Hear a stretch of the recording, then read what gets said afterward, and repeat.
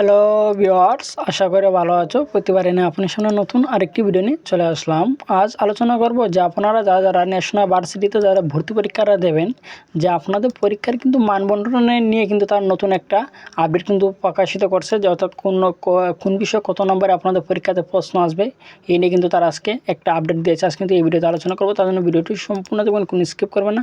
তার আগে বলি না, আপনি যদি এই চ্যানেল নতুন হয়ে থাকেন তারা আপনার সাথে রিকোয়েস্ট থাকবে যে এই ধরনের নিত্য নতুন অল এডুকেশন আপডেট সবার আগে পাওয়ার জন্য অবশ্যই চ্যানেলটি সাবস্ক্রাইব করে পাশে দিন, কারণ আপনার লাইক আমাকে সাবস্ক্রাইব কারণে কিন্তু আমাদের নতুন আরেকটা ভিডিও তৈরি করার অনুপ্রেরণা সৃষ্টি হয়। এখানে দেখতে পাচ্ছেন যে জাতীয় বিশ্ববিদ্যালয় থেকে সেই আপডেট আজ প্রকাশিত হয়েছে, যে 6/3/2025। এখানে দেখতে পাচ্ছেন যে 2024-25 শিক্ষাবর্ষে প্রথম বর্ষ স্নাতক সম্মান শ্রেণী ভর্তি পরীক্ষায় সংশোধিত নম্বর বন্টন সম্পর্কিত জরুরি বিজ্ঞপ্তি।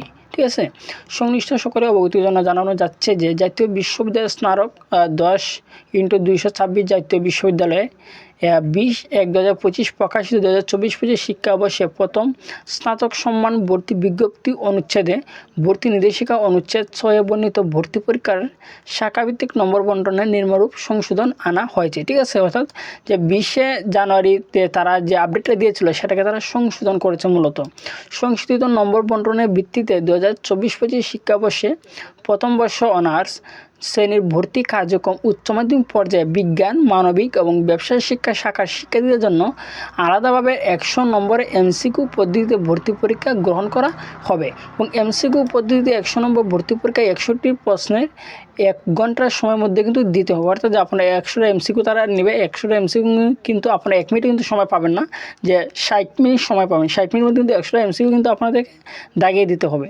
এখানে দেখতে পাচ্ছেন 2024-25 শিক্ষাবর্ষে প্রথম বর্ষ স্নাতক সম্মান শ্রেণীতে ভর্তি সংশোধিত নম্বর বন্টন পদ্ধতি।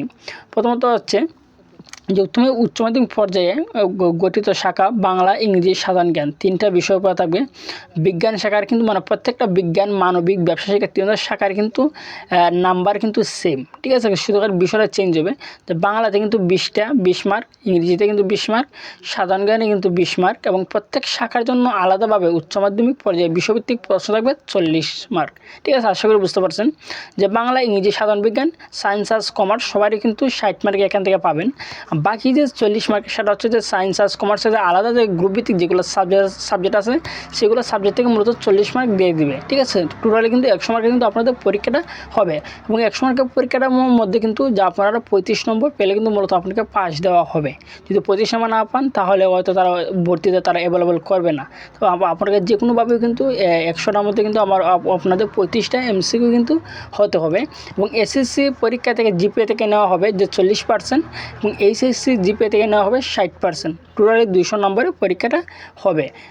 উল্লেখ্য 20/1/2025 প্রকাশিত জাতীয় বিশ্ববিদ্যালয়ে 2024-25 শিক্ষাবর্ষে প্রথম স্নাতক সম্মান শ্রেণীতে ভর্তি বিজ্ঞপ্তিতে বর্ণিত অন্যান্য শর্ত নিয়মাবলী অপরিবর্তিত থাকবে। আশা করি বুঝতে পারছেন। তারপরে না বলে থাকেন অবশ্যই কমেন্ট করে জানাবেন, আর যদি ভিডিওটি ভালো লাগে থাকে অবশ্যই লাইক দেবেন। আপনি যদি এই চ্যানেল নতুন হয়ে থাকেন তারা আপনার সাথে রিকোয়েস্ট থাকবে যে এই ধরনের নিত্য নতুন অল এডুকেশন আপডেট সবার আগে পাওয়ার জন্য অবশ্যই চ্যানেলটি সাবস্ক্রাইব করে পাশে রাখবেন। ধন্যবাদ, দেখা হবে অন্য কোনো ভিডিওতে।